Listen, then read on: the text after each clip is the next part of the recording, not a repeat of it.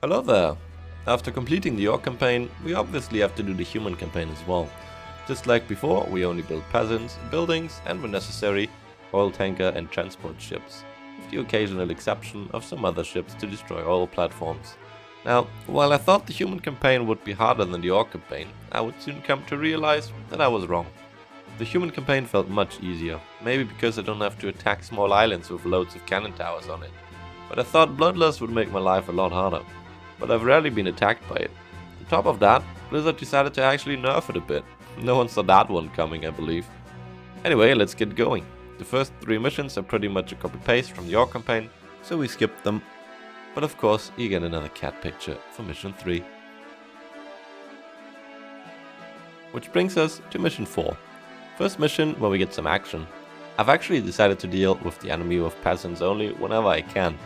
It doesn't happen very often, but here it still works. So we get a few worker and send them over. Turns out that they actually build up a decent army if you go up to 80 supply first. But they have no upgrades and we have the superior numbers. Easy victory for us. Mission 5, we start on a small island and have to reach our base on the other island before it's destroyed. We have enough peasants to defend ourselves, so we'll leave our soldiers behind and execute the orcs. Ends up being a close call, but we manage. After that, we build up our base and expand on a nearby island for more gold and wood. The enemy island doesn't give too much space where we can build new town halls, but after removing some trees, we can squeeze one in. If only the gold mine wasn't there. So we helped the orcs to empty it. How nice of us. Though I had the feeling they did not really like it that much. After that, we can put down some more town halls and pump up the peasant production. Killing Gartower and ogres sure isn't easy, but after we tickle him enough, he eventually surrenders. Now we can kill off everything and finish the mission. Mission 6 was an easy one. We have no water to cross, so we just build up our economy, start working on the second gold mine, and start attacking. They do counter-attack once, but that's about it. My first plan was to attack from the front, after removing the trees here, but it doesn't really work out too well. And I can't reach the enemy tower from this side anyways, so I decided to move my attack north, which is also the place of the third gold miner we can use. We build up behind the trees, and after getting rid of the first few tower, we chop down our wall and make our way inside the enemy base. At this point, we won the mission, and only have to kill off the rest. So now we're at mission 7. The first mission where I thought, this could be tricky. The main problem here is that we have very little gold, and the enemy base is well protected. Unless we can find a spot where we can land and build a tower. And oh, look at that, we have exactly one spot where that works out. How lucky is that? With that one tower, we can secure our spot on the island and slowly make our way toward the enemy gold mine. I guess the hard part of this mission is supposed to be the very little gold that you have, but in return the enemy doesn't actually build anything. Works out for us, another juicy 45k gold. With that, everything is solved and we can easily finish the mission. What I noticed about the human campaign is that we are always running somewhere to rescue a base. This time we have to resolve some peasant uprising. After that, it's time to pick our first target. On the right side entrance are only 2 grunts. We can easily kill them and get our tower up. During that, Red actually manages to sneak in some grunts into my worker line. While he does manage to kill a few of my units, we pretty much kill Purple in the meantime. Now we have a second gold mine secured and can finish off the rest of Purple's buildings.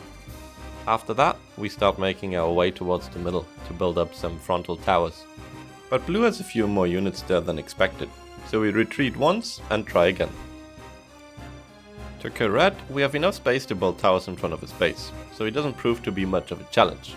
Blue, on the other hand, is gonna be a bit harder to kill. Time to build some peasants. We go up to 80 supply and start attacking. At least he doesn't have too many units in his base. But the cannon and guard tower keep us occupied for quite a while. The first attack felt like it did barely any damage. With the second attack though, it was clear that the third attack is gonna be enough. Good thing we had so much money. Also, that was a lot of fun.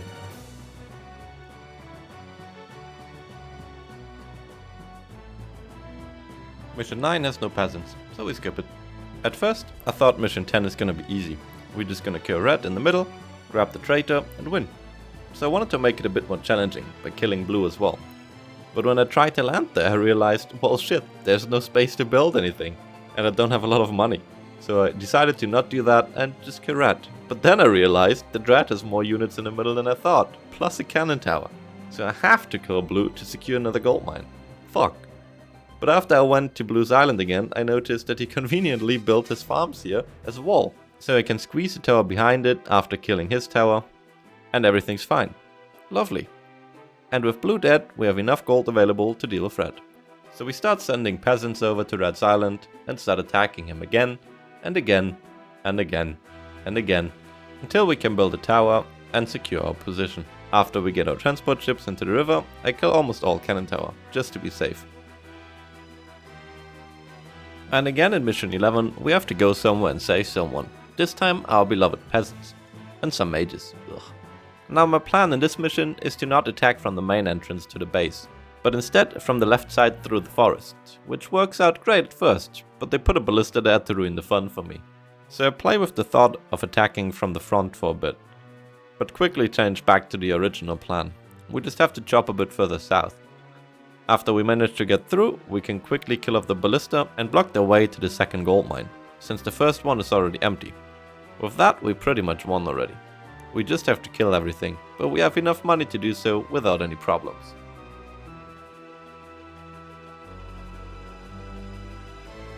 Mission 12 was another easy one. The enemy island is huge and we can build almost everywhere. And it comes with another gold mine for us, so we don't have to deal with any of the smaller islands, since we don't have to kill everything. We slowly advance towards the enemy base and start killing off our objectives, which are the shipyards. They do resist a little bit by throwing death coils and some catapults our way, but they never really pose a threat to us. So far, I think I managed to beat every mission on the first try. I don't even know what I was worried about. Well, I would soon come to regret those words, since mission 13 took me a relaxing 1.5 hours. Well, still on the first try though. Now, we're off to a good start. While I was just chilling and building up my economy, they actually attacked me with 6 ogres very early on, which really surprised me. And I didn't really have anything to defend myself except one guard tower. So we let them kill off a few of my buildings until I have another guard tower up, and everything is fine. Now the big question is, where do we attack? Red would probably be the easiest since we can approach from the south, so I decided to go for orange first, by removing some trees on the right side and building some towers behind them to shoot over to his gold mine. Unfortunately, he keeps sending catapults there to kill my tower, and I have no way of getting to them. Occasionally I manage to pull them next to the water where I can kill them, but most of the time he just has them behind his gold mine to shoot my towers from a safe distance, so we need a change of plans. We go for the middle island first, where orange builds his dragons. But of course the moment we land there, a dragon shows up right in my face, but we still manage to deal with him. We slowly start chopping away some trees, and after a while manage to kill off the first base. That's 1 out of 3, 2 more to go. But at least there's no more dragons. After that, I try again to attack Orange's main base, with not much success. So I decided to attack frontal with some peasants, but that did not work out very well for me. So for the last time I thought, I'm gonna try building tower behind the gold mine, but again the catapult showed up. But I managed to pull it next to the water again and kill it, and after that, there were no more catapults. So I managed to advance and kill off orange. Which also gives us another gold mine, which I very much needed. Killing red would turn out to be very expensive. Other than that, there's not really much to say here about killing red. It wasn't too difficult. We could build a lot of tower pretty much everywhere. And yeah, it just cost a lot of money and a bit of time. The Death Knights and Demons were a bit annoying, but nothing we couldn't handle.